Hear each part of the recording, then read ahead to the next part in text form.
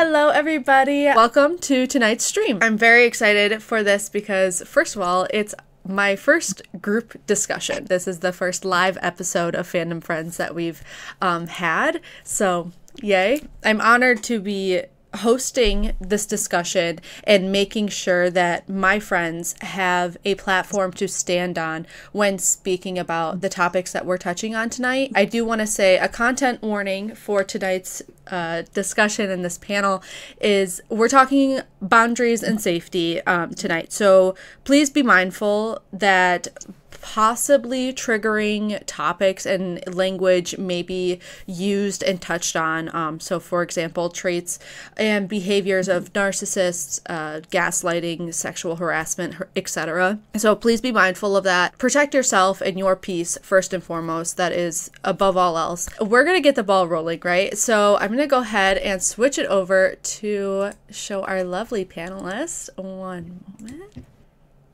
Yay! Just introduce yourself, where people can find you on the interwebs, and your current brain rot. Hi, my name is Kat, aka Resistant Borg, and yeah, my current brain rot is Witch Hat Atelier, which I've been spreading, and Mob Psycho, which those are my two favorites right now, so. My name's Sam. You can find me at my etchy on basically everywhere. My current brain rot is Steven Universe again.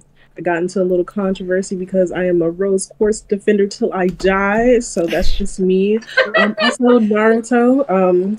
I have a Rock Lee tattoo, so that should tell you everything there is to know about me and my personality. Okay, I got this done. I was like, got to. I'm Erin. Erin X Suga on literally everything except for Twitter. There's an underscore after my name because somebody had it already. Whatever. I think my current brain rot just ended with Steven Universe because I did a whole rewatch not too long ago, so I feel you right there.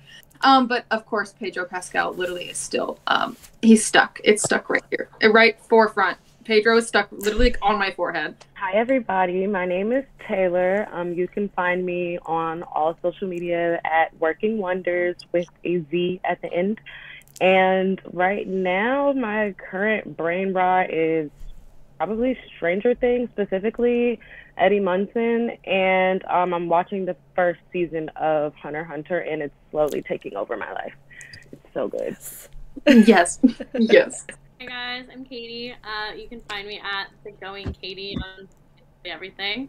My current hyperfixations are Naruto and also Akatar because I'm currently just finished the first book. So Yes. Hey there.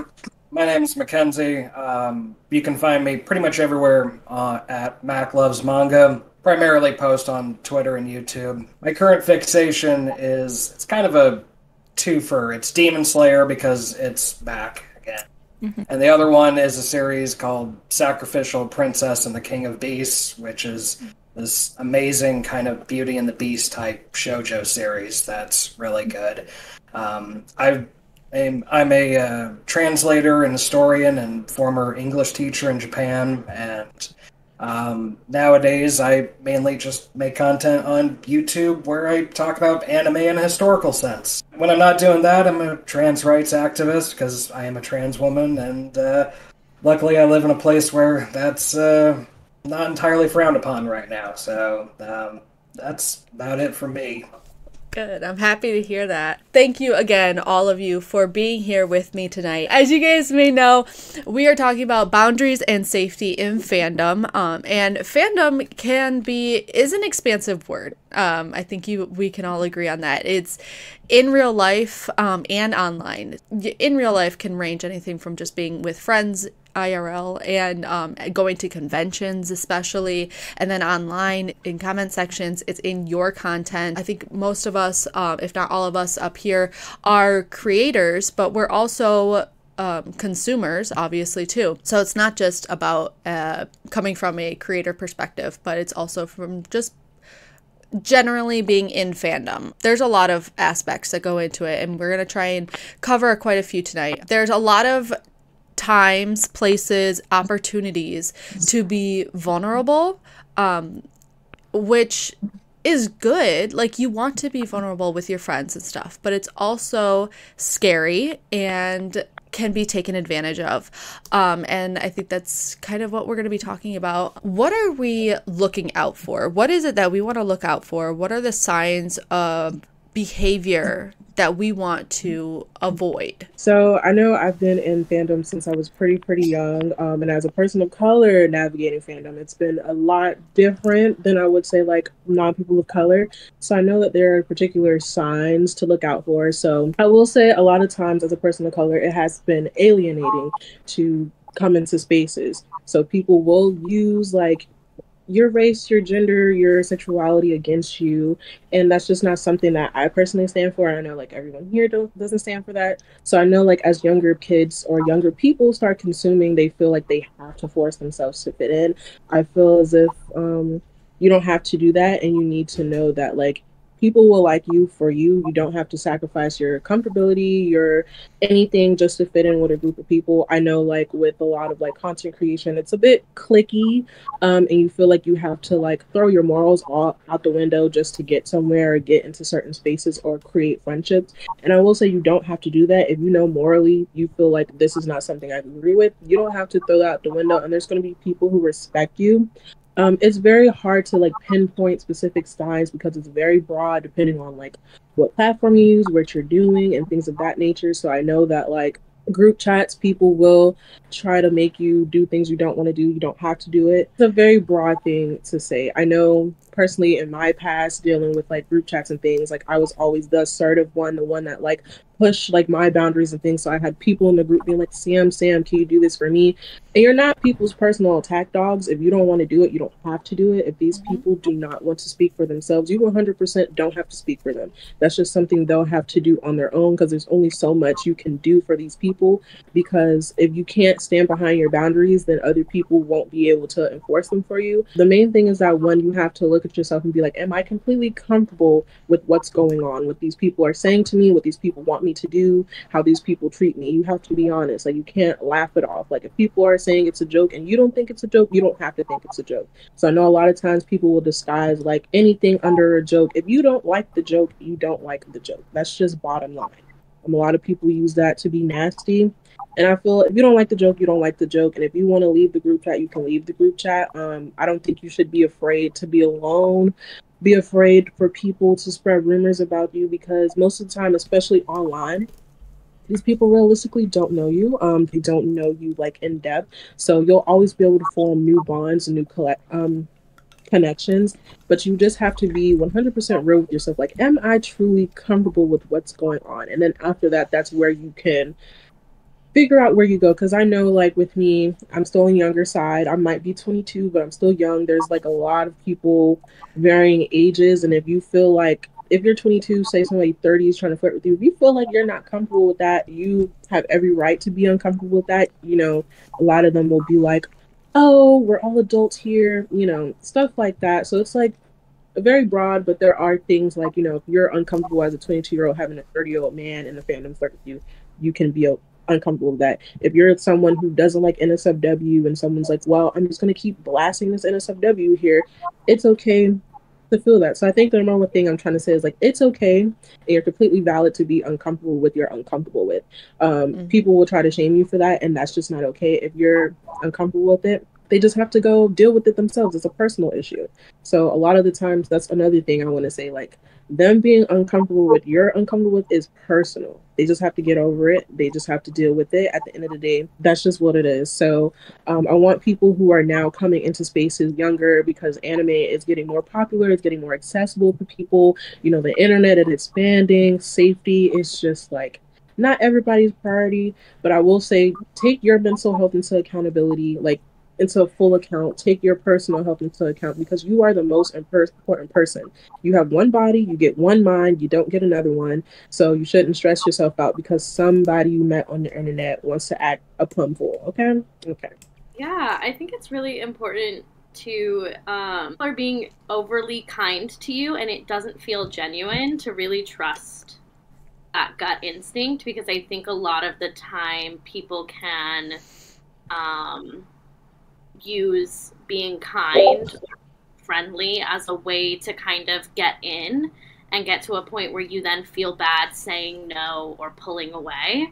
And I think that just looking for things that don't seem right. So if somebody compliments you all the time, but it's only on, like, say, your body, or, you know, just things that make you uncomfortable. If someone's bringing something up a lot and you don't think that it is relevant to the conversation or it makes you feel uncomfortable, I think trusting that gut instinct of, okay, this might not just be somebody who's trying to be friendly or talk to me about their day. Like, they are trying to get something out of this, and it's maybe something that I'm uncomfortable with or I am not wanting. And I just think also, like, not only should you be looking out for those behaviors, but also trusting yourself that you're not overreacting, you're not, you know, being crazy, and that sometimes people aren't nice and genuine with no ill intent. Like, sometimes they are nice and it's not genuine and there's ill intent, and it's okay to think that, and it's okay to notice, okay, that didn't sit right with me, even though it seemed nice. Mm-hmm. And even though it seemed like friendly or a compliment, that didn't make me feel good. And just knowing, okay, and now I'm going to be on my guard with that person. Now I'm going to be a little more reserved, and I'm going to kind of pay attention when they speak and when they tell me things and when they do things, because I think that, you know, the biggest thing that I've noticed in my personal experiences is that a lot of times people will come in as very friendly, wanting to be my friend, wanting to send compliments, wanting to just consistently talk to me. And I can always tell when it shifts from actually just being a friend to, oh, wait, you are trying to get somewhere with me, and now I can see that. And I think that, you know, just paying attention to when it gets a little bit more pointed, a little bit more just flirtatious, or even creepy, for lack of a better word, because you're not overreacting. Like, that is genuinely usually what's happening. Yeah, the gut feelings and being okay with being uncomfortable and realizing and recognizing that you're uncomfortable, like Sam said, those are big things, like, to, like, realize when in yourself, that can help identify that. Something that I've really realized, especially, so, like, let's say you're just starting out, right? Most of us got into this space, and I'm not going to assume, but a lot of us probably were a little bit lonely, you know, during COVID, and, like, we didn't have people that related to our interests, you know, nerdy interests. Sometimes it's hard to make friends and stuff like that. And so if you're, like, a smaller, you don't even have to be a creator. Let's say you just post TikToks for fun, or you just post pictures, and someone befriends you and they try to kind of isolate you. So let's say, like, you start making new mutuals and they're like, oh no, you don't want to talk to them because, like, they're, like, mean to me, or, like, oh no, like, you don't want to talk to them because they do XYZ.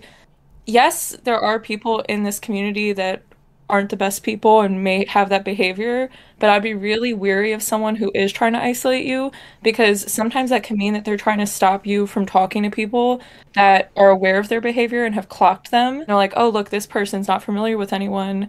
And that's what happened to me. I was a baby cosplayer, and that happened to me. So that's kind of, I would say, like, isolating you, or trying to create a narrative of people, and you can't really confirm that narrative because you've been isolated from those people. I'd be really wary of that. You know, get information on your own. Don't just blindly trust people, you know, because it could feel nice, right? Like, a bigger creator is coming to you and being like, hey, let's be friends. Like, I'll give you attention. Let's go to cons together. Let's do this. But I'd be really, really wary of that. Also, I would say, let's say, like, someone wants to do cosplays with you, right? And again, I just want to be very clear.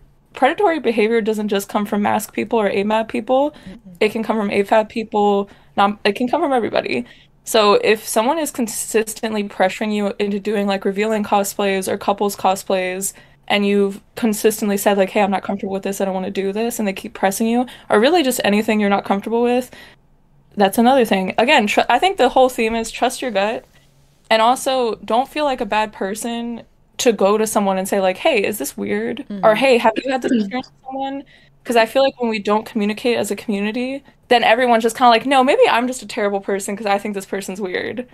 like, no, I'm crazy because clearly everyone likes this person. They were all hanging out with this person, but then it turns out no one liked this person and everyone thought this person was creepy. I think the communication in community is definitely, it helps so much more than you ever realize it. The isolation that is, you don't even realize it's really happening, but when you do, you're like, oh, I've been manipulated. Like, that is a sign of manipulation with everything, the being uncomfortable, gut feelings, people pushing your boundaries. It's a form of harassment. And I think we are I know I personally am very timid to label that, but it is what it is. That's a pattern of behavior. So now that we've kind of identified these behaviors, now what can we do about them? You know, how do we go about talking about it with these people,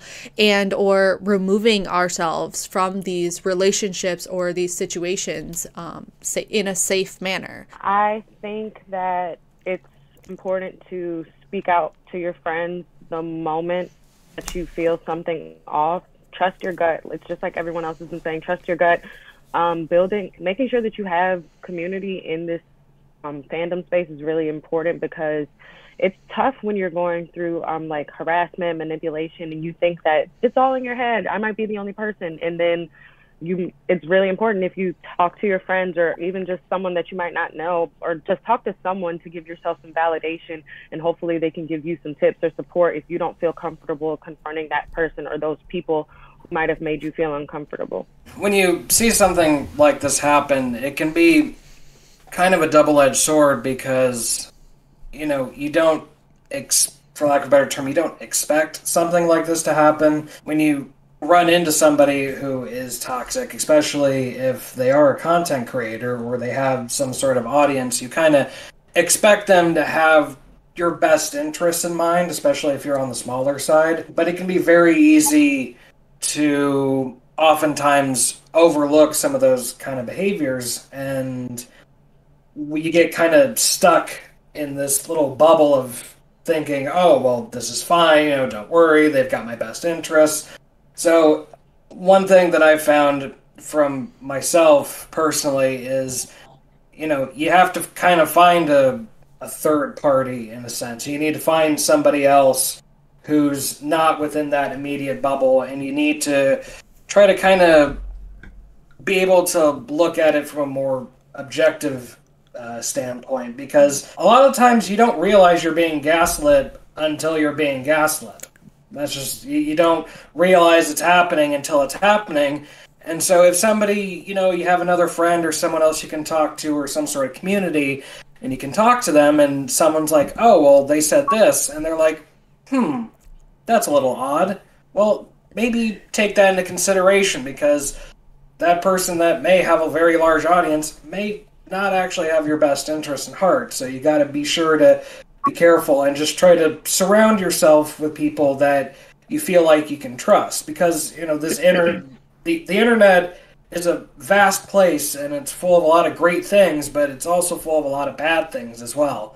And your personal well-being and mental health takes priority, so you got to try to find people you can surround yourself with that you can rely on in case anything goes wrong. And it can be scary, because it can be, a lot of us are introverts, I think. Some of us might be extroverts, but a lot of us that I've found are introverts, and so, or have some sort of social anxiety, or don't like talking to others. So it can be hard to reach out, but if you reach out, you'll find that sometimes that second opinion can really help you from avoiding something incredibly toxic. Yeah, absolutely. Again, it's the communication in community. I think that I know a lot of us recently, unfortunately, went through it, where when we started comparing notes, opened our eyes big time.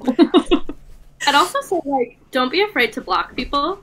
That's what I was going to say. I know for myself, it took me a really long time to block the person that I had a bad experience with. I like muted them, hid them from my stuff way before I finally said, you know what, like, screw it, I'm blocking them. And blocking them gave me such peace of mind. Like, I felt so eased that they couldn't see me, I couldn't see them, nothing was going to ever like come up. And sometimes it might seem scary, especially if they're another creator. Like, I didn't want drama. I didn't want to cause problems or make a scene. You know, I thought, you know, if I block them, then it's going to be an issue. It's not an issue. Block them. If it's going to give you peace of mind, block them. 100%. Absolutely. For sure. It's your mental health. You need to protect it. Yep. I mean, it doesn't matter. Like, you might disagree with it, but a lot of people will be like, oh, I don't feel like blocking. But in today's day and age, you need to be really liberal with the blocking, because you'll see all sorts of things on your timeline or ever on your For You page that you really don't want to see and you don't want to involve yourself with.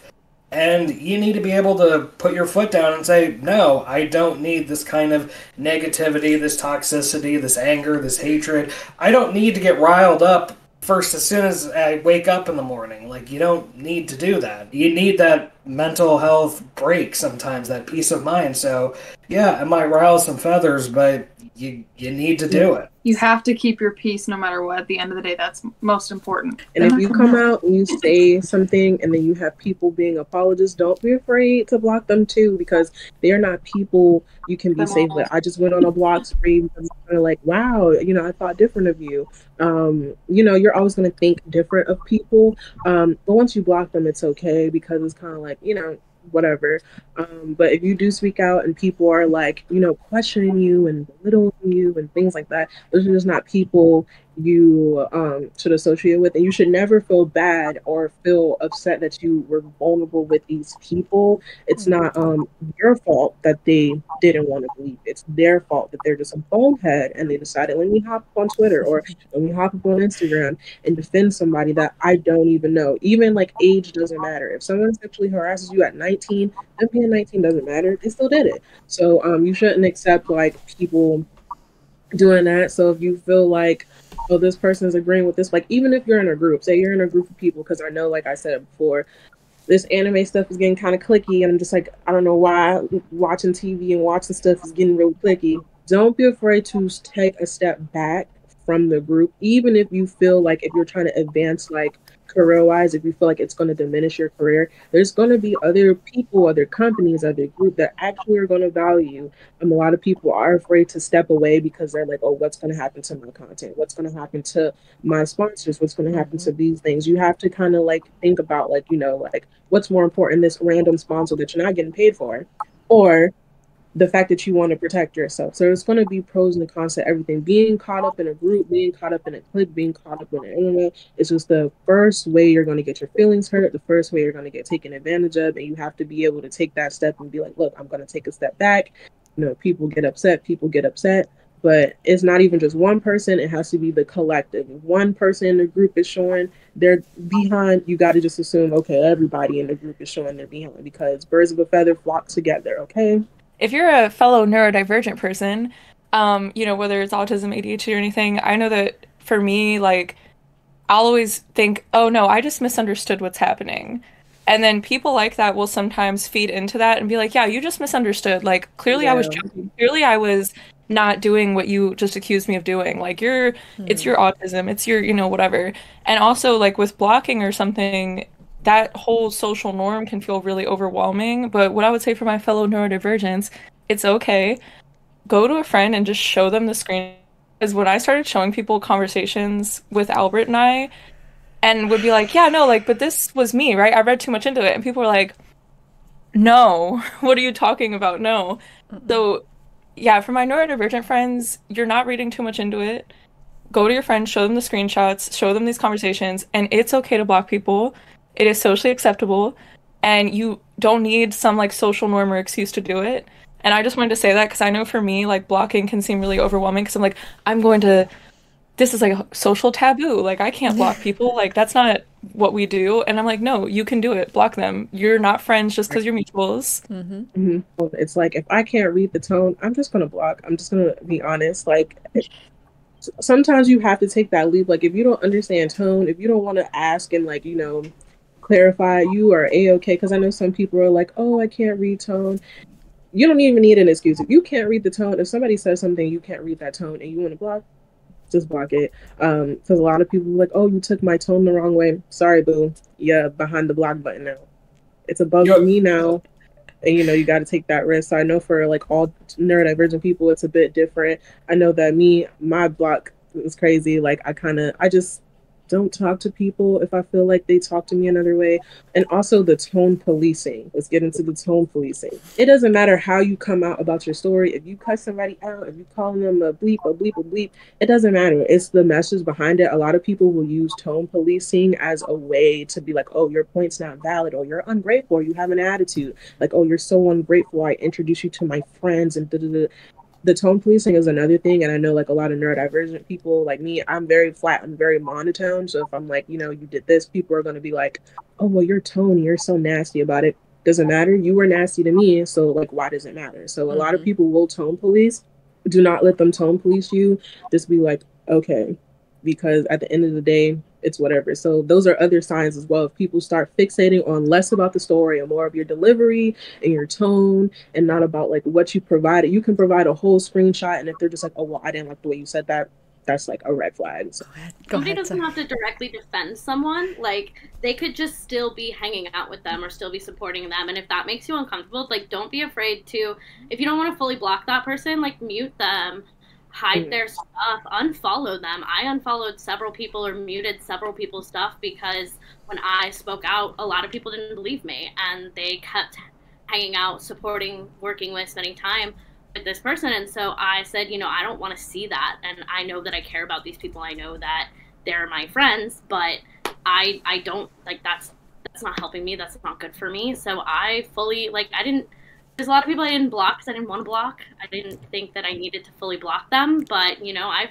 purposefully didn't watch people's stuff. I didn't look at their content. I steered clear of them as much as I could because, you know, even if someone's not outright saying, you're lying, this person is, like, even if they're still just hanging out with them and that makes you uncomfortable, like, don't be afraid to put yourself first and put your own mental health first. Definitely the people who do believe you and are standing by you will support you. Just don't be afraid to shy away from things that make you uncomfortable. Yeah, you can only be responsible for yourself, not others. You need to you need to protect that, because one of the lines I've always hated is, oh, you're taking it too seriously, or oh, it's not that serious, it's not that deep.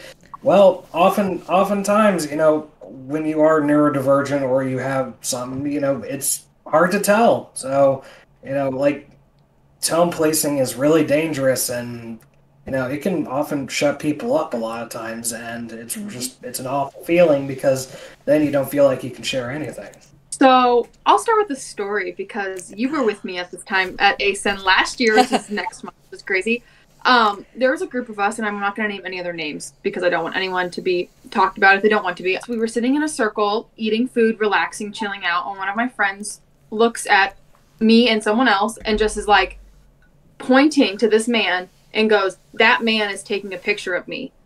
That man is taking a picture of me. And I look, and then my other friend, who is the baddest of bitches, gets up and literally gets in this man's face and says, you need to delete these photos now. And the man runs off, and then other people go and get security and chase them. So my thing is, being AJ was like, I'm getting security, like booking it. But my thing is, like, any time you're at a convention, like with people, like, that is your support system. If you are going by yourself, realize that there are security and staff members that are there to help you, are there to protect you. If you're at all feeling uncomfortable, you should be able to walk alone through Artist Alleyway in the vendor hall by yourself and not feel like you're going to get pictures taken of you unwanted. You shouldn't feel like somebody's going to touch you in a way you don't want, like just stuff. There are people, if you're with people, please make sure to always, like, just speak up and say something's going on, or find somebody. Find a comforting person, a security guard, a staff member, something. Just saying something's always really hard, but once you finally get like those first words out, I know it's 10 times easier to be able to say something. I think that it's really important also for cons. Like, I think us having these types of discussions and reaching out to cons when things like this happen is really important. because it keeps like, it's a really like how you guys like went to security and stuff, and like letting cons know about like, creepy people inside of the community who might frequent a certain convention, or just letting them know about things that are discussions that we as con goers are having is really important. Because for example, Hallmat, they had like a bunch of people there just to check on others, to make sure that, like, designated staff workers, just to make sure that like people were okay, they weren't like stressed out. Like one person's like, I kind of shake all the time, but it's just like no like big deal. And one staff member was like, "Are you okay? I like noticed your hands are kind of shaky. Did something happen?" I'm like, "No, I'm good. But thank you for asking." Like that really is important. I feel like that should be like a standard at all cons, communicating with the conventions and making sure that they know, or at least are aware of this type of stuff. Don't be a bystander. If you see something, you do have to say something, especially if you're able to. I know I recently went to a con. It was me, my cousin, and my partner. Last day to packing up, I went to the artist alley. I wore kind of like a little revealing top, gotta let the girls show. Of course, it was the Zenitsu cosplayer about this tall, about to face plant and my boobs. So my cousin, "Hey, what are you doing?" And I'm just like, "What are you doing?" And it was just like, if you see something, like, even if it's people are like, "Oh, it's not your business," it is your business, because this is a public space. There's also children there. So I feel like it's a community space. It's our job. I've stopped people from doing stuff before, even when I was like 16, 17 years old. Like, children, like, adults should not be talking to children a certain way. Like, if you're younger and you're by yourself, you don't have to go anywhere you don't want to go. If an adult's like, "Oh, if you come with me here, I can sneak you in a con," like, you don't have to go anywhere you don't want to go. You don't have to be around people you don't want to be around. If you're like, "Oh, well, I want to go home," you can go home. If you're with your group, you don't have to go out and party and drink and all that, because I know, like, with cons, it comes with party culture. So that's also things you have to be safe about, the party culture. People come to cons all messed up. You don't do the same things they do if you know that's not your thing and that's not your style. So like I said, the bystander effect, if you see something, do say something. And also just be like, if you don't want to do something, you don't want to do something. Because I know there's a lot of younger kids, and like they feel like they have to do someone because someone older is telling them. And even if you're an adult, because it's not just like specific to minor and adult relationships, even if you're an adult, like, I'm a full grown adult, pay my bills is paid.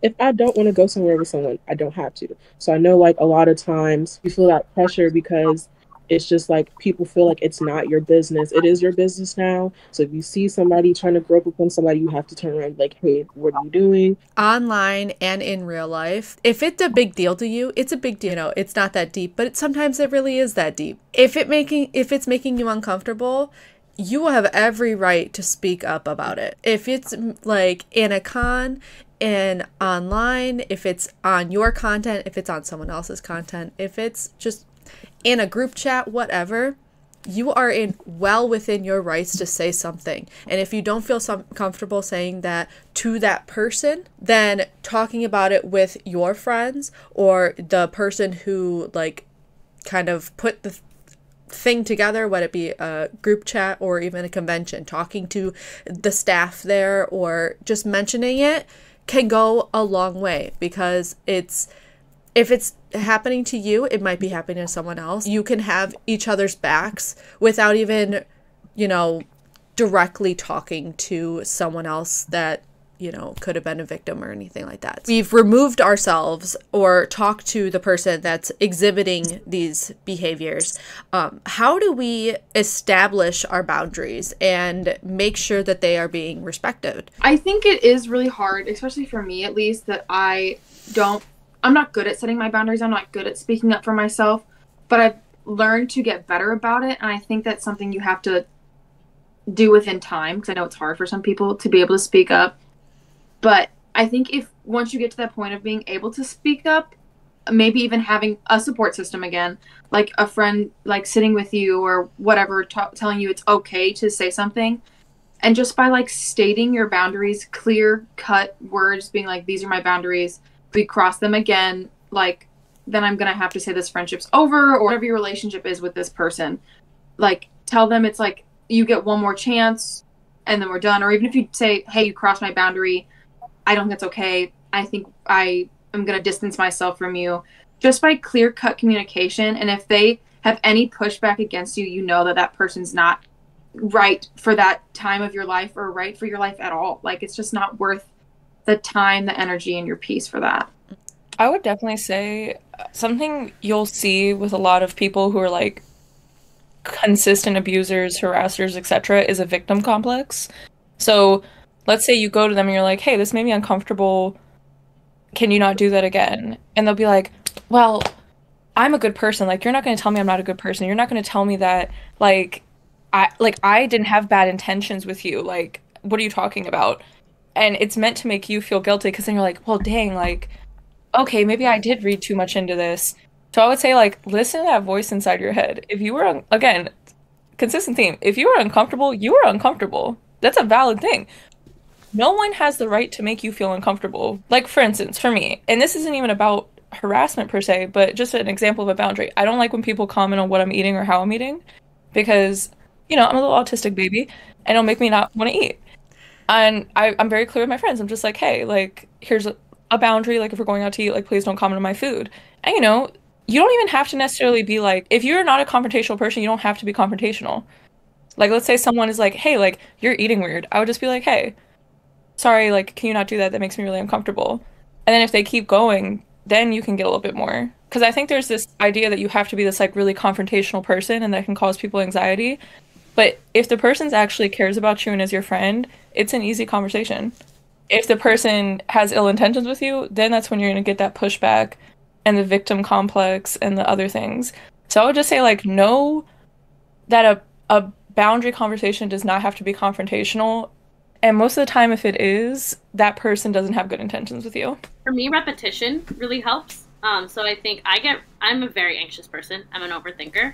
So that first step of saying the boundary or setting it is always the hardest. And I think just getting there and just doing it, saying I'm uncomfortable, saying I don't want to be around this person, and then repeating it. Just keep enforcing it. I think just repetition and really ingraining it in people's heads. I also think getting a scary dog friend is very important if you are not yourself a scary dog. My best friend, I love her to death, and she comes with me everywhere. She is my scary dog friend, and I vividly remember there was a time where I was at a convention and Albert was there. We were in the same hotel. I didn't even know because obviously I blocked him. I don't care about him. But we were about to get on the same elevator and she saw him and she stopped me and she said, "What do you want to do?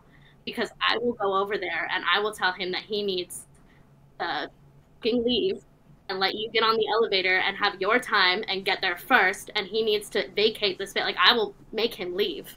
And I was like, no, it's fine. Just let him get on the elevator and then we'll go. Like, I'll stand over here. Because I, at the time was just very overwhelmed and didn't want that confrontation. But she was full ready to just curb stomp. And I think that, getting that friend that's willing to, if you're in an uncomfortable situation, just ready to throw hands or yell or do whatever you need to make you safe is so important, because it always helps me to feel safe in these environments where I know I'm going to run into him or other people who have made me very uncomfortable, because I trust her and I know I can tell her anything. And so if I say this person makes me very uncomfortable, I don't want to be around them, I know that she is going to do everything she can to protect me and to keep me out of those situations. So I think, first of all, just keep repeating your boundaries, keep saying them over and over, because the more you say them, the easier it is. The first time's going to be hard. The second time's going to be hard. But if you keep saying it, when I first said something, I was shaking. I posted that Instagram story and I nearly threw up. Like, I was so scared. And after that, the second time, the third time, the fourth time, each time I've said something, it's easier and it's easier and it's easier, because you just keep repeating it and you realize that nothing happened to me. I didn't get hurt. All I did was help somebody. I had somebody who reached out to me and said, because you spoke up that first time, I was weary of him, and it saved me. I never got put in an uncomfortable situation. And I was like, you know what? Thank God. And, I think that each time you say those boundaries, each time you say no, each time you say stop, it's going to get easier. And also just get yourself a scary dog friend, and they'll beat people up for you. I think the start is you have to get real with yourself and get specific about what you want that boundary to be. So if you're uncomfortable with something, you have to think and be like, what particularly am I uncomfortable with? Because if you just go, hey, I'm uncomfortable with you, that's not very specific. You could be uncomfortable with somebody as a whole. That just means you shouldn't be around them.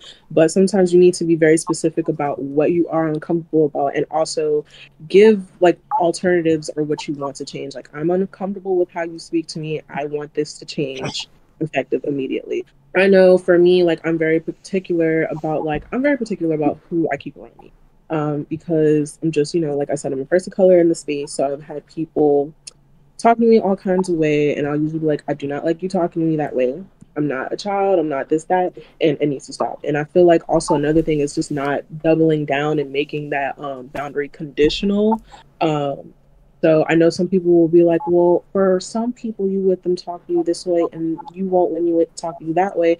You can't double down when they say that. And like, yeah, you're right. You don't even have to go into that explanation. You could just be like, look, like, this is a boundary I'm setting with you and only you. We're talking about you and not the other person. So I think just not doubling down and actually following through. I think that's like the hardest part, actually keeping it going and not doubling down when people are like grilling you and being intense about it. Being very intentional about what you are uncomfortable with, what you want that boundary to be, and then executing it will be the very first steps before you even say anything, because you can know that somebody said something to you, you don't like it, it makes you sad, but like, what is the boundary that you do want to set now? So be very intentional about what you want and what you want to say with people. So I think those are the very first steps you should do when it comes to like setting those boundaries. For people that may have noticed, I don't really show my face. I don't feel comfortable showing my face online. It's a sort of privacy thing, but that is Absolutely. A boundary in and of itself that, you try to, because like you were just saying, a lot of it is looking at yourself and what do you view as a boundary,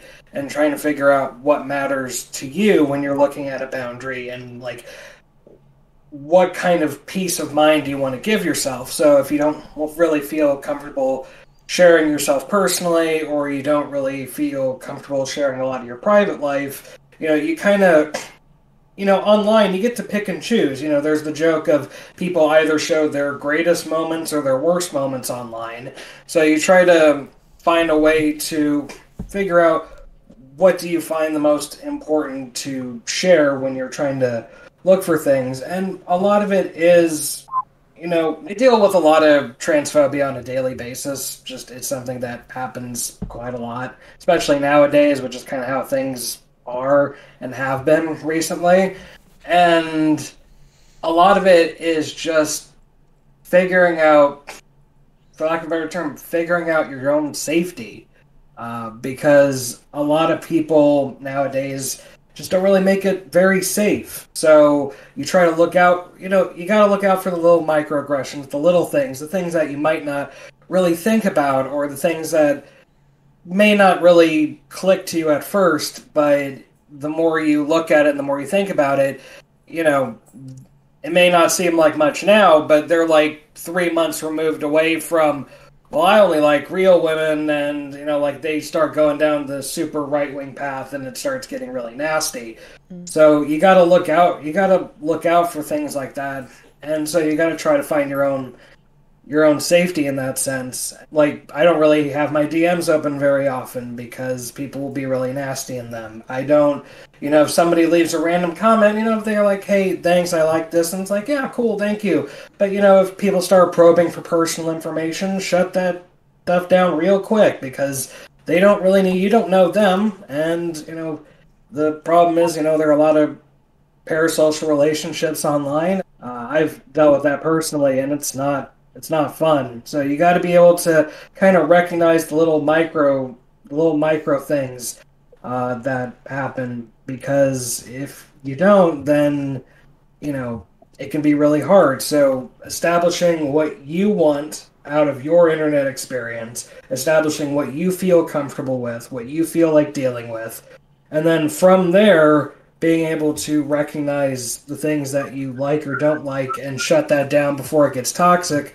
that's really important. And it can really be the difference between your own safety and well-being sometimes. My final question for you guys, how do you go about giving yourself permission to set those boundaries, to remove yourself from toxic situations, and just, I know I struggled with it, but how do you go about admitting that you were a victim, even to yourself, and beginning to heal? It's a pretty hard question because it's like a lot of steps to actually admit and just be real with yourself. But I will say that a lot of times it is a battle, it's a conflicting battle, and people will try to police the way that you grieve about a situation.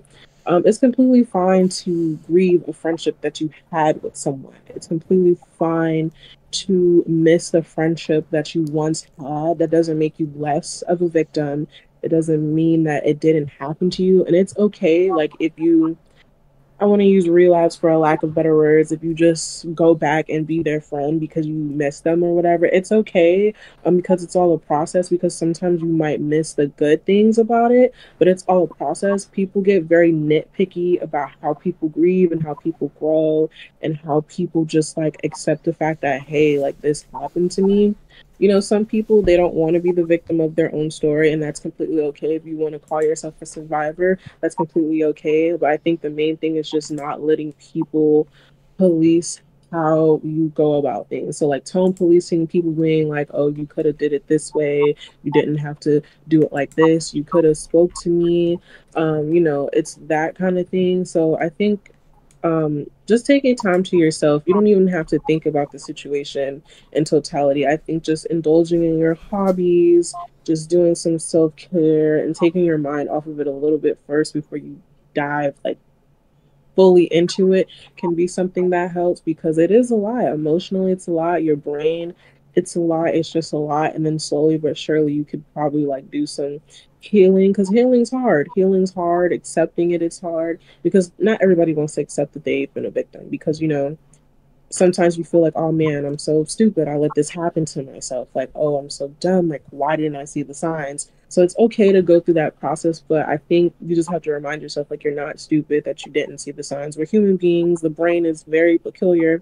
There's a lot of things that go on. And also your age. Age does not matter. I know a lot of people get shamed because of their age. Like, oh, you're 22, 25, 30. How could you let a guy or girl do this to you? An non-binary person do this to you? So I think just like not listening to people who shame you for those things, and just being like, you know, like, it's okay to be 26 and manipulated. It's okay to miss what I used to have. So just like taking your time, take time to yourself, do what works for you. Resources online, I will say, you know, like therapy, or just like if you want to get a cat or something, like things like that. It's just like things like that will help you, because it is hard, and it's hard to do it alone too. So I think also just surrounding yourself with people who love you. You don't even have to talk about the situation if you're not ready. A lot of people feel like they're forced to talk about it just because other people are coming out. You're not silencing someone else because you couldn't come out.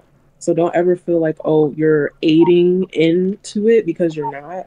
It's just, it takes time for everybody. If you never feel ready to talk about it, that's completely okay. That doesn't mean that you haven't grown from it. That doesn't mean that you haven't healed from it. It just means that you haven't healed, and you're not obligated to tell anybody anything. You're not obligated to drop names. You're not obligated to make a document. So I'm just gonna say, like, just take time for yourself and just think about yourself thoroughly, because like I said in the beginning, you have one body, you have one brain.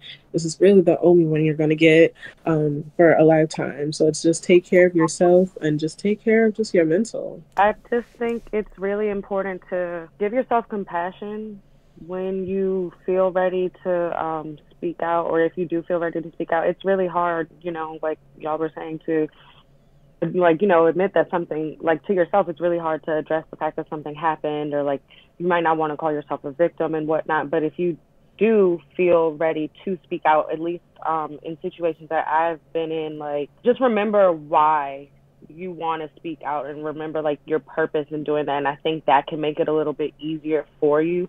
And like I said before, having community is really important. Just knowing the fact that you, I don't know, for me personally, just knowing the fact that what I was doing might have helped someone else, whether it be help someone else feel comfortable speaking out about that same person or another situation, and just knowing the fact that I'm taking back my power from that situation was really powerful for me. So I think that that is something to keep in mind.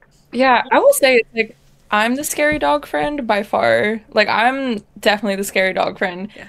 And even for me, right, it's like I had somebody do this to me, right? So it's like you have to sit with yourself and be kind to yourself and be patient with yourself and be compassionate to yourself, because it's like, you know, I felt stupid. I was like, I'm the person that's like always standing up for my friends. Like, why can't I stand up for myself? Why couldn't I see this? This is so weird. If this was happening to my friend, I would have ended, like, I would have been on that. But it's like, you're a human, right? And it's like the people that do stuff like this, the people that go out of their way and harm dozens upon dozens of people and make dozens of people extremely uncomfortable and say they're dating people when they're not and like do all this stuff, like those people know exactly what to do to like go under the radar. So it's like you have to be very, very compassionate with yourself, which is much easier said than done. And I know we've been kind of talking on an individual level, but I also want to talk on a community level, right? It's like if you are a mask person and you see one of your friends doing some creepy stuff at a con, if they're rubbing up on somebody, if they're saying something inappropriate, you can kind of peep that somebody's uncomfortable. And again, you don't even have to be aggressive. You just be like, hey, dude, that's weird. Like, chill out. Like, what are you doing? That's all you have to do. So as a community, we have to set boundaries. As a community, we have to police ourselves. And like, that's what was really important about me, like wanting to do these types of panels and stuff like that, is because I want people watching this to be like, okay, like, this is a united front now. Like, we're not letting this go anymore. And I'll also say for my fellow white people too, it's like when a lot of this stuff was coming out, there were a lot of Black women and femmes getting like threats of violence on the Twitter timeline. And it's like, yeah, of course I'm happy like my tweet and my story or whatever was getting views or traction or whatever, so like the story spread or whatever, but it's like I didn't see half that energy being given to the Black women or femmes where people were literally like, we're gonna beat you up at a con, which is crazy, right? So it's like as white people too, I feel like a lot of times in this community we'll just be like, well, they got it. Like, it's okay. That's not our place to step in. That's not our place to say something. It is. Like, absolutely. And of course you don't want to speak over people, but it's like, we have to stop acting like, and I think for mask people too, they look at femme people and they're like, they got it. Like, we don't want to overspeak them. And I kept seeing people saying that throughout the situation. They're like, well, I don't want to like talk over you. And it's like, you're not really talking over us, like spreading awareness, because it's like a lot of people won't listen to us unless y'all say something. But I just think we have to really build, I'm very serious about building community. Like I'm very, very serious about, I was not just saying that and like a week later I'm not going to do it. And like the other thing I want to say is, for real, my DMs are open. Like if we're not mutuals, whatever, like I got you. But yeah, be compassionate yourself. As a community, we have to build boundaries. Don't feel like you're overstepping. To add, a lot of people need to get outside themselves when people speak.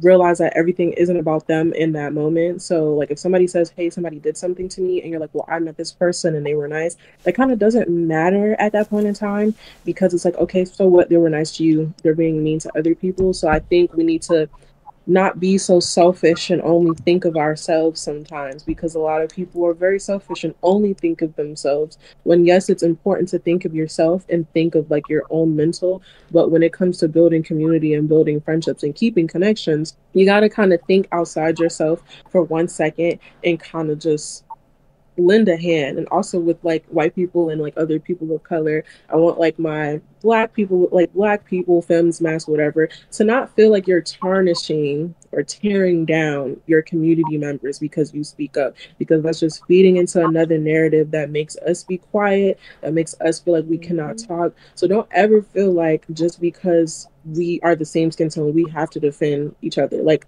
the famous saying, not all skin folk or kin folk, that just, it means that it's the truth. Not all black people will have the best intention for you. Not all potential white people will have the best intentions for you. Or like if you're another person of color, it's just, you have to like kind of think like, you know, is my safety more important or the fact that we're both black? So I will say, like, you know, step outside yourself, step outside your own experiences, because you're not the only person in the world. Like, you might have that main character syndrome, but you know, we're side characters in everybody's life. So it's kind of step outside yourself and think of other people, be compassionate. Don't be afraid to speak out and feel like you're tearing down other people, because they will use that against you. You're tearing down the black men, or all black girls beefing with each other. It's pointless and dumb. So I feel like it doesn't matter your race, it doesn't matter your sexuality. Don't ever feel like you're a traitor just because you're sticking up for yourself. That's what I want to say. Don't ever feel like you're a traitor for your people, for anybody, no matter the race, sexuality, anything, just because you want to speak up for yourself. I agree on both of those points, but especially when it comes to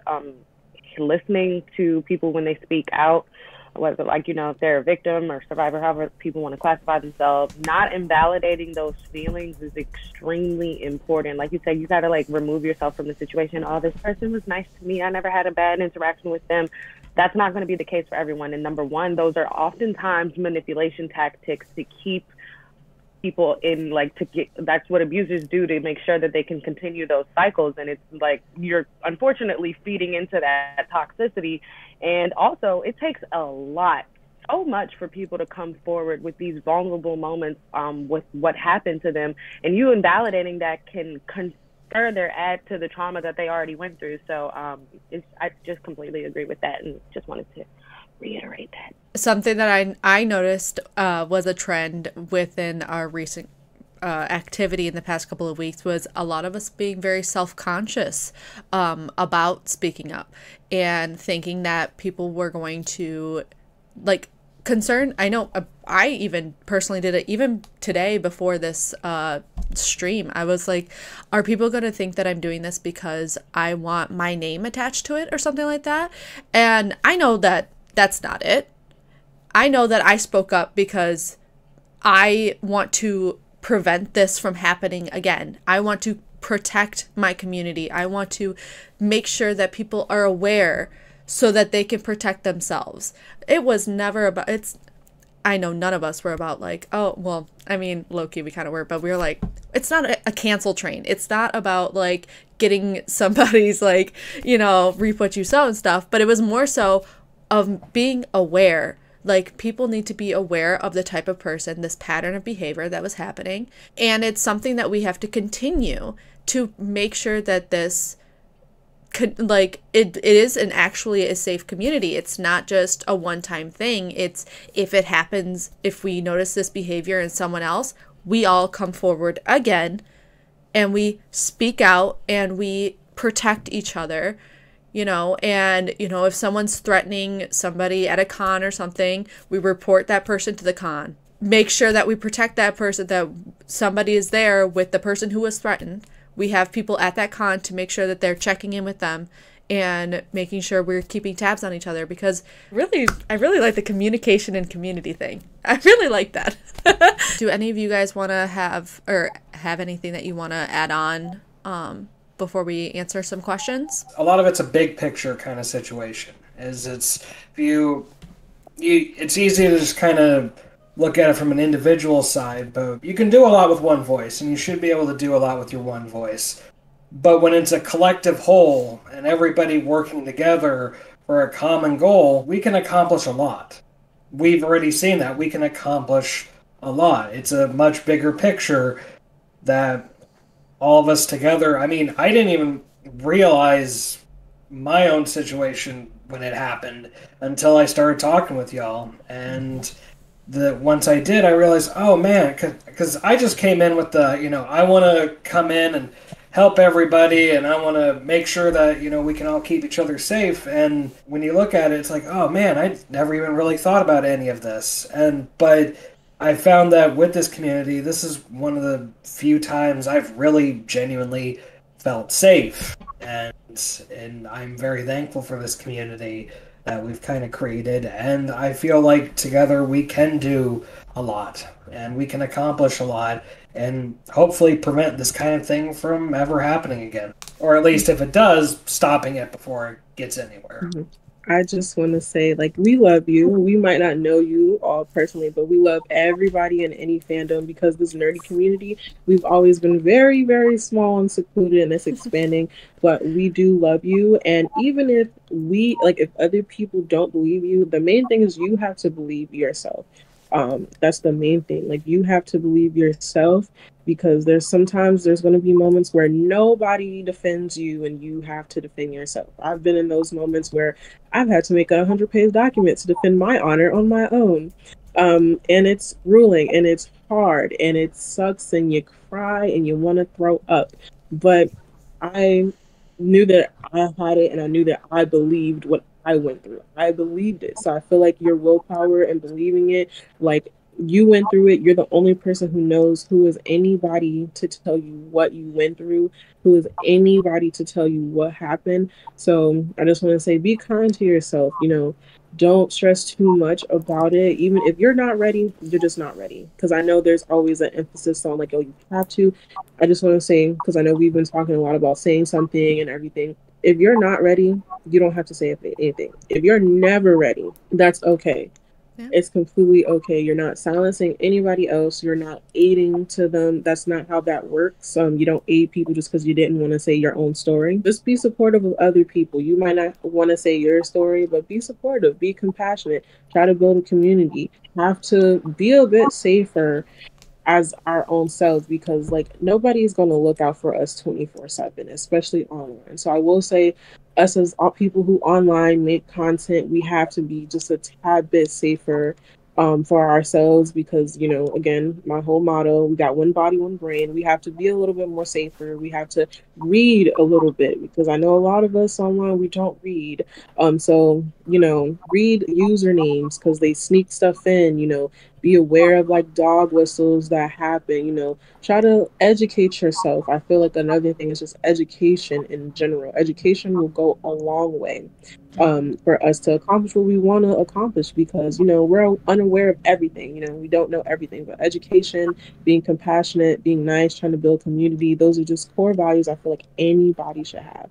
And we are always here if you need anything, all of us. My DMs are usually open. I just forget about them, but yeah, we do love you guys. Just believe each other. Like, if someone says something, like, put aside your personal bias, put aside anything you might think, like, just believe each other and just listen. I think so much these days we don't actively listen. We're always listening to rebuttal, or we're only half listening.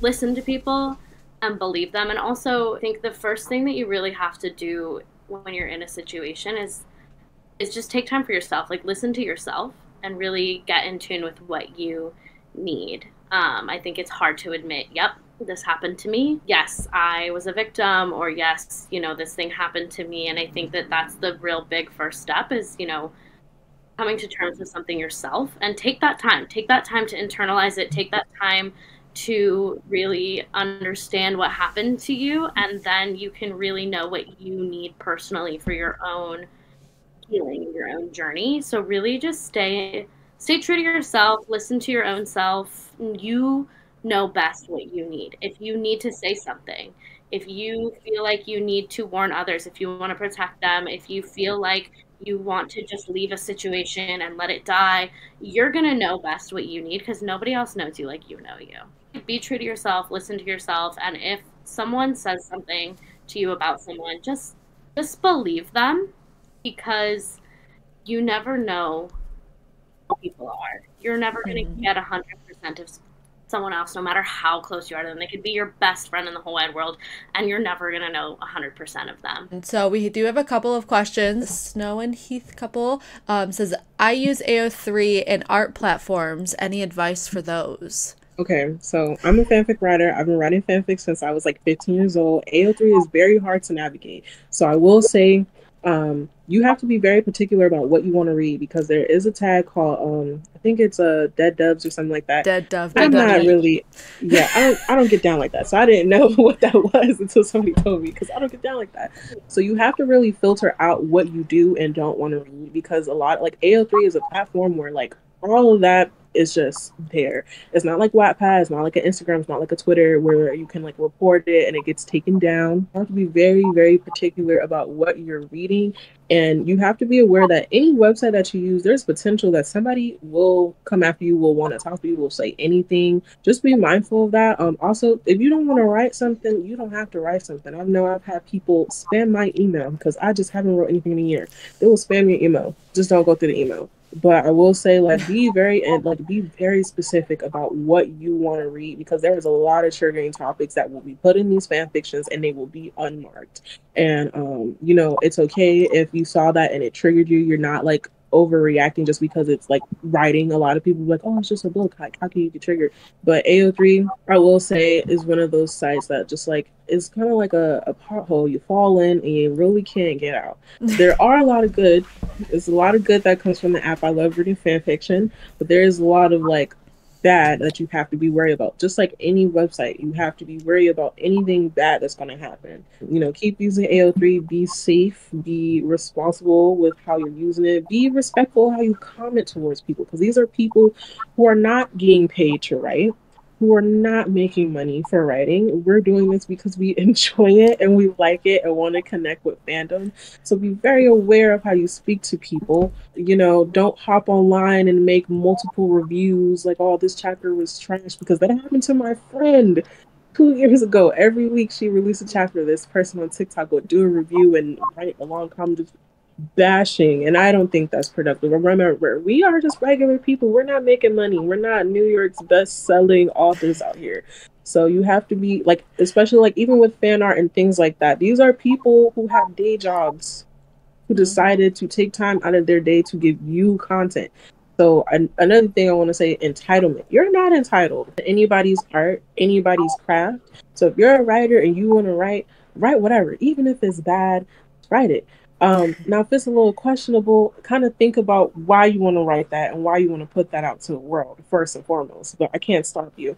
But entitlement is something that you have to recognize. People will be entitled. They're not entitled to you, your work, your art, anything. And on the art front, I'll add, you know, a fan art is appreciated and can be really great, but if somebody's not comfortable with fan art, don't send them fan art.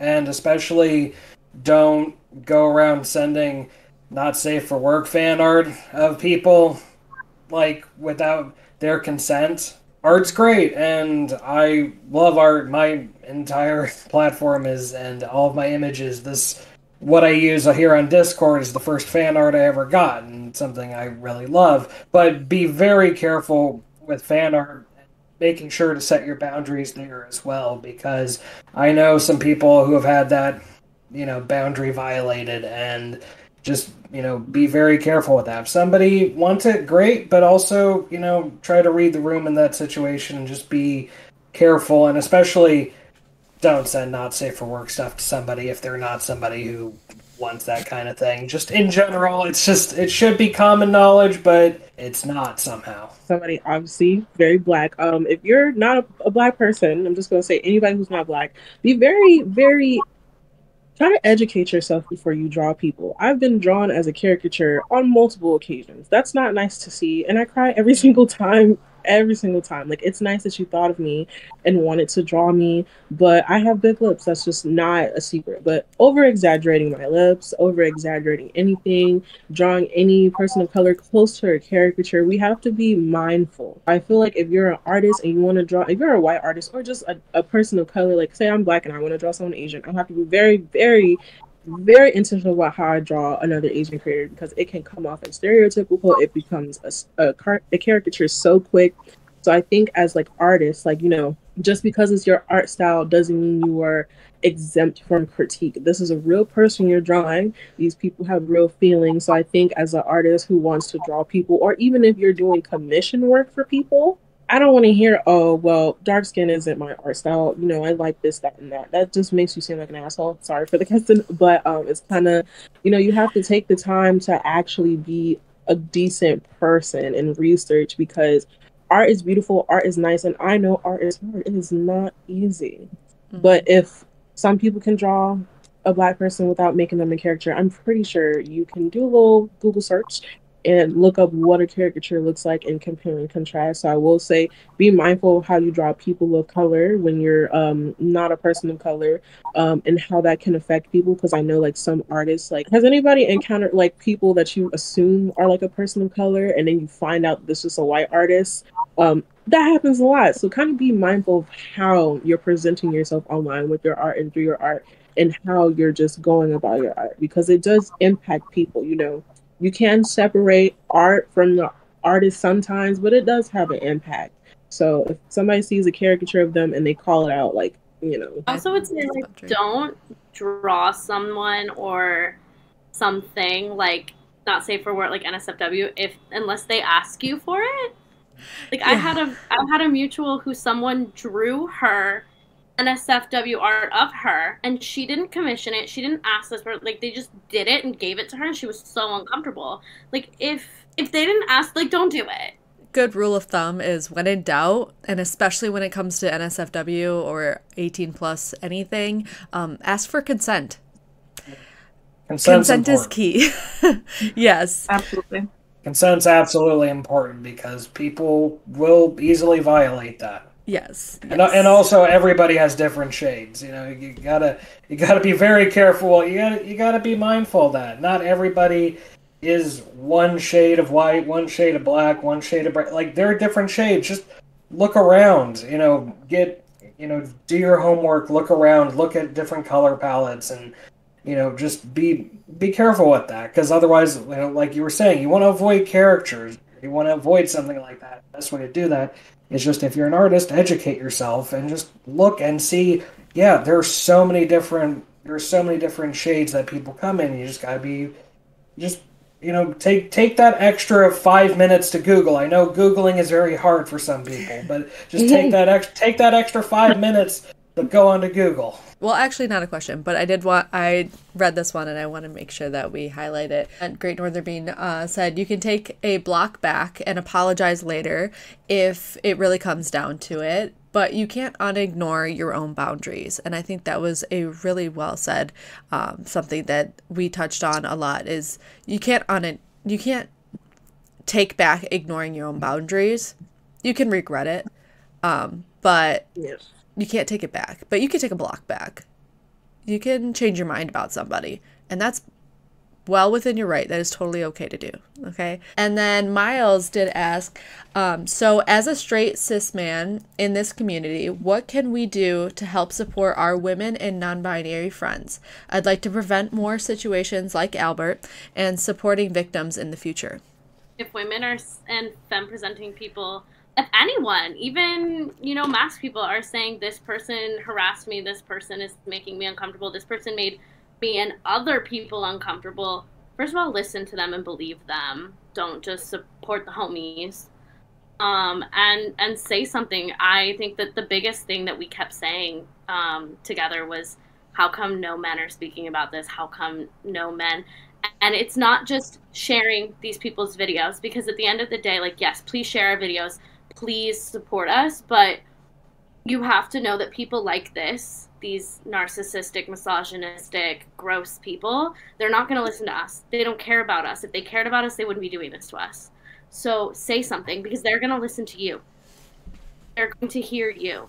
And that's what we need. We need help. We need support. We need someone to say, hey, I see it too, and you better stop, because I'm not standing for it either.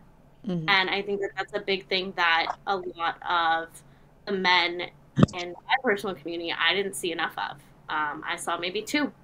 And that's, like, how silly is that? It's like a male-dominated space, unfortunately. So why were only 2 of you speaking up?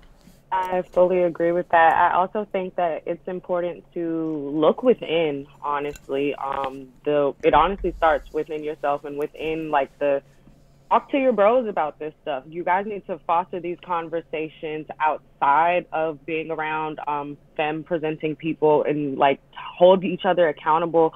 Make sure that you're aware of like the certain language that you use that might make femme people uncomfortable around you, and just like how you think of and interact with femme people on a daily basis really influences how you respond to these situations. And so I think that's also really important, just like, checking your privilege as a cis het man, or just, checking your privilege with masculinity in general is a really important place to start.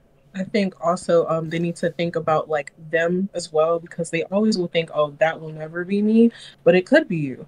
Are you talking to this femme presenting person or woman because you genuinely like their content, or you just think they're cute? Because that's just not a good way to build connection. Like, oh yeah, I think people are cute all the time, but constantly just swiping up on only things that reveals her body, never being, actual genuine, just be a genuine person, I will say, because it can so easily be you. You can make that sexual joke that one time, and it's over with. So I will say just, checking yourself too, because it's not just them, it's you too, because we all will think like, oh, that can never be me. It could so easily be you. So checking yourself, checking how you treat your friends also will kind of aid you on how you should be checking your male friends. You shouldn't keep hanging around them. And you need to also check your femme or woman friends who are being apologists for it, because it's not just extended to only men. It can be cis women, anybody really. And also, like we said earlier, step outside yourself and step outside your own experiences, because you're not the main character here. So you have to like kind of think like, oh, okay, this person's safety is more important than me being a part of this group, or me being invited to this trip, or me being able to go to this Airbnb to go to this con. So a lot of times, we kind of like, oh, well, I don't want to jeopardize like my friendships, my opportunities in this community because I just got into it. You got to kind of be okay with like breaking connections and like burning bridges, because that's just what happens sometimes. So if you're a cis straight male, just treat the women around you kind, treat the femmes around you kind. Always clock what you see, and if you don't want to call that guy out immediately, pull them to the side, pull the person you see getting to the side, like, hey, are you okay? Because that can always be the best thing you can do first before causing a scene, because sometimes they don't want that. Sometimes they just want someone to be there. So if it's just simple like walking them outside at night because somebody's there, or just like being on a call with them because they're talking to someone else, or just like being there when they're in a con, or like helping them when they're drinking, things like that, just being a decent human being. A good rule of thumb I've learned, and this would apply to pretty much everyone, is if this was being done or said to you and it makes you uncomfortable, then you should probably call it out. You should say something. You should go out of your way to say something. If somebody was saying or doing this to you and it would make you uncomfortable, then chances are it would probably make them uncomfortable as well. You have to be aware too, like for y'all, it might have just been a moment on Twitter where like, oh, like, wow, like Wholesome Monk got canceled. That's crazy. Like, cool, okay, moving forward. And I'm not saying like, you have to like, we have to stay talking about this specific situation forever. But it's like for y'all, it was a moment. For a lot of us, a lot of people, this is affecting how we move going forward. Like even right now, like I'm like having anxiety even just having this conversation for real. Like, and I'm looking at a lot of my friends, my guy friends, and being like, okay, like I have to like analyze every single interaction we have now because like I don't know what's going on, right? And so it's like for us, this will affect us for a long time. People have quit cosplay over stuff like this. People have quit going to conventions over stuff like this. People have left these communities over stuff like this. And so it's like we have to not only just calling out in the moment, but creating a space where behavior like that is not even tolerated or welcomed. Creating a space and creating a community where no person, whether they're a man, woman, non-binary person, whatever, feels comfortable being predatory. Because they're like, oh, like, I see, like, a lot of these people don't move that way, so, like, I can't move this way, because I know what the consequences would be, or what, that they just won't tolerate that.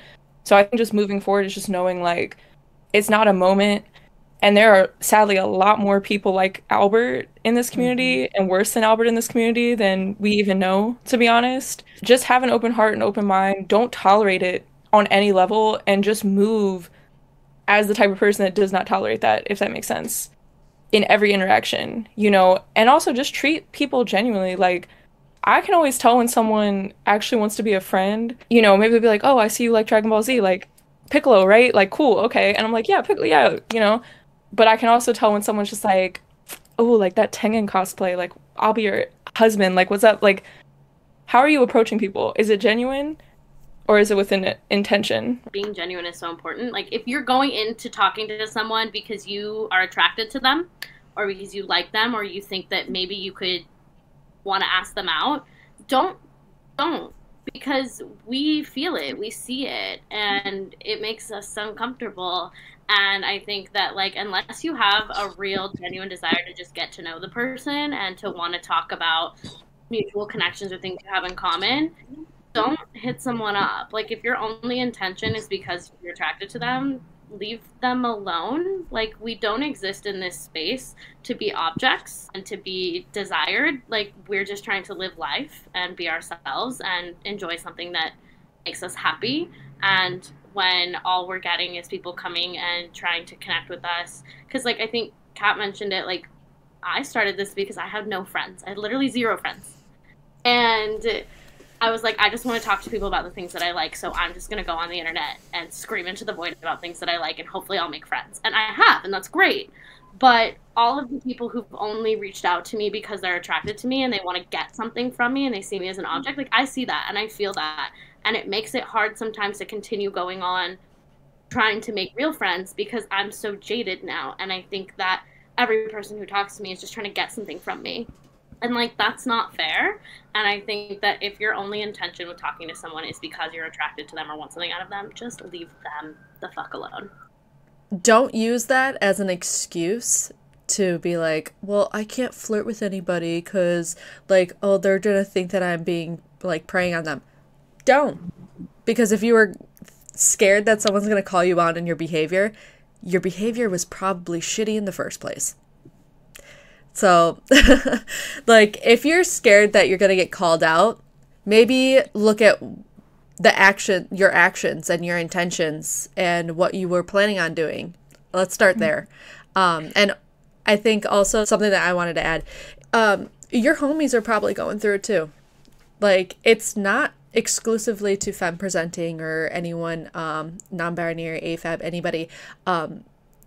This happens to men and AMAB people too.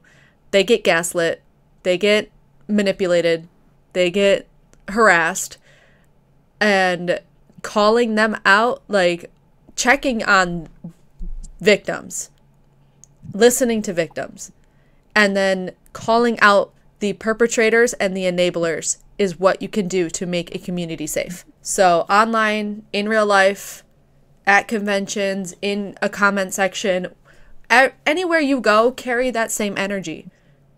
Protect your people. So that's what I wanted to add. And then we did get one final question, if you guys are okay with answering it, from Rosie Tozy. Oh, I like your name. How do you get over the anxiety of telling friends that they are mutuals with someone who made you uncomfortable, but you feel guilty to tell them because you don't want to ruin their friendship with that person? Go ahead, Katie.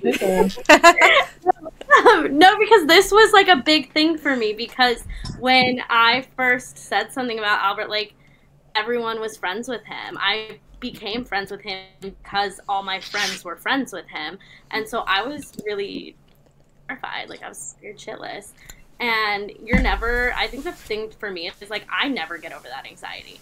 Every single time I've said something or talked to someone about it, I've been anxious. Even when everyone started calling him out and was like, yeah, we were right, we should have listened, whatever, what be it, I was anxious. I still had anxiety. I still had a pit in my stomach. My hands were still shaking. Like, I was still terrified.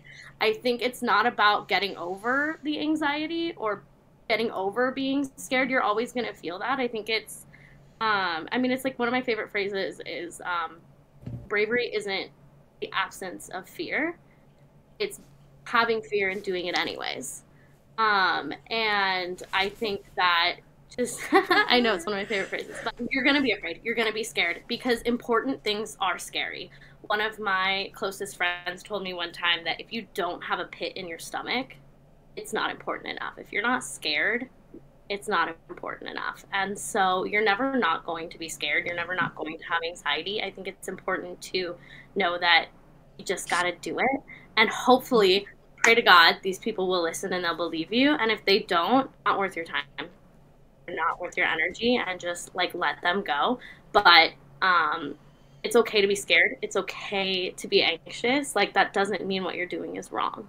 And I think it's important to just, like, push through that anxiety and push through that fear, because it's not going to go away, but it's still important. And I think for me, it always went away after the fact, after I told someone. So it was like I was scared and I was anxious, but once I said it, once I got it out, it was like breathing a sigh of relief. Like, okay, it's out there, it's done. I would say for me too, if anything about this, like, Albert situation taught me anything, is that that person probably didn't only make you uncomfortable. That person did the same thing to somebody else. You don't know. That person might be doing the same thing to your friend that you're scared to tell. And so I would just say, like, if you're not because again, a lot of my anxiety is just like, maybe I'm like crazy, maybe I'm like, you know, doing too much or whatever. Something. But it's like, think about the other people this person has probably made uncomfortable. And that might give you the strength to be like, you know what? I should say something because to my friend, because what if they're doing the same thing to them or the people around them and my friend just doesn't know, right? And so, because like for me, I was just like, oh, like maybe it's just me because he's saying, he's in love with me or whatever. Like, it's just me. Like, maybe I'll feel bad if I do this, but it was everybody. It was everybody. And I was always scared. I was like, oh no, like, but like AJ is friends with him and like everyone's friends with him, blah, blah, blah, doing the same thing to AJ. So it's like, think about the other people. That type of behavior is not just an individual type of behavior, if that makes sense. So just think about the other people too. You don't ever have to feel guilty that you're ruining the friendship because you're not. It's this person's actions. You weren't the person that did that, they were. So and you also have to get like realistic, like, that person may not believe you, may cut you off, and that's like hard. You have to be prepared for that and be prepared to take the steps for grieving, because I know a lot of people are afraid of just being alone and losing friends, and friendship breakups are really, really hard. So I think you have to just not think of it as like, oh, I'm ruining it because you didn't have control over this person. This person is their own person and they did it. So one thing is just like not thinking that you were the cause. They were the cause. And also just being prepared to lose the friend and grieve the friend, because those things happen. But you have to be okay with like, I said it. I did it. You're gonna sweat. You're probably gonna throw it. You're probably gonna be upset.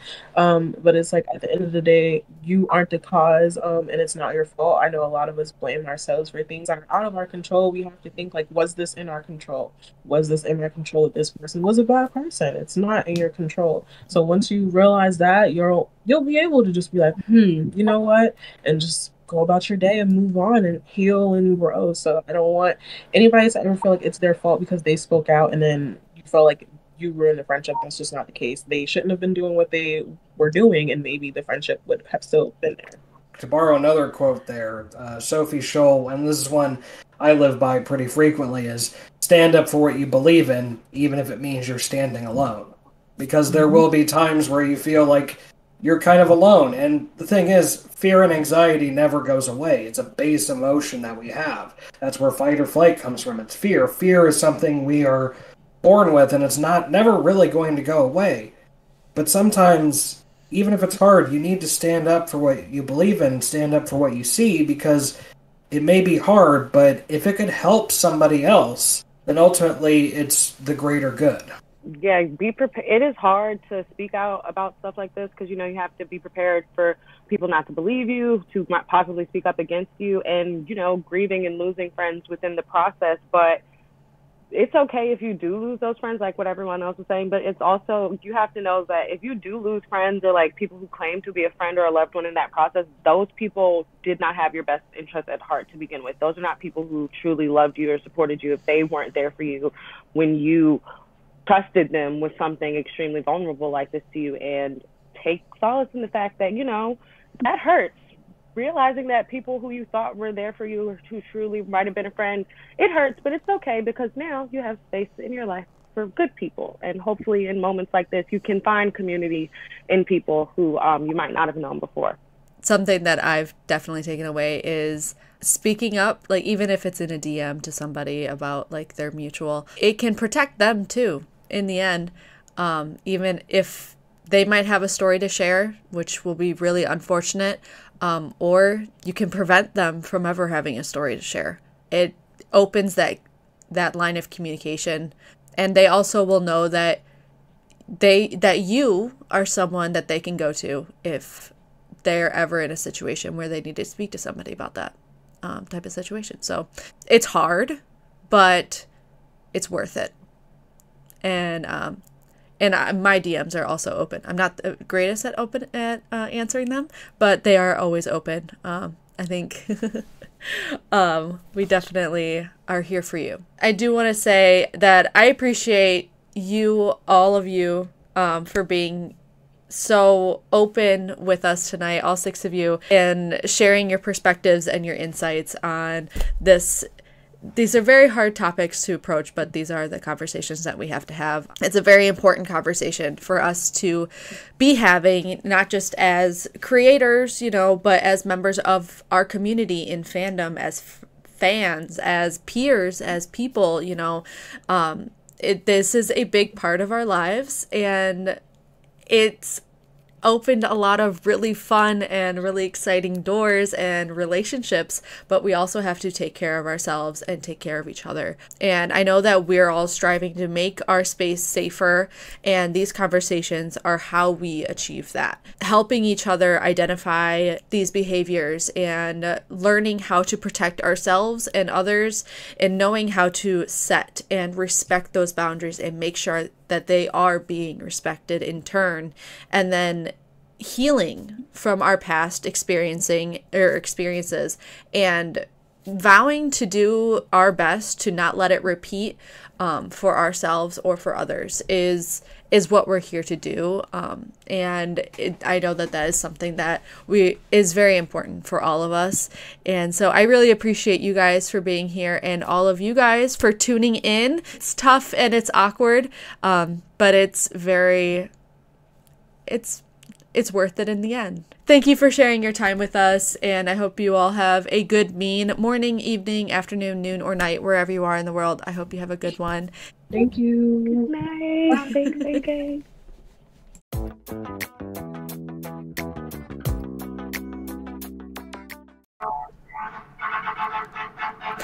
Katie's got the New York bag. Sorry. It's okay. It happens to me every time. Sorry.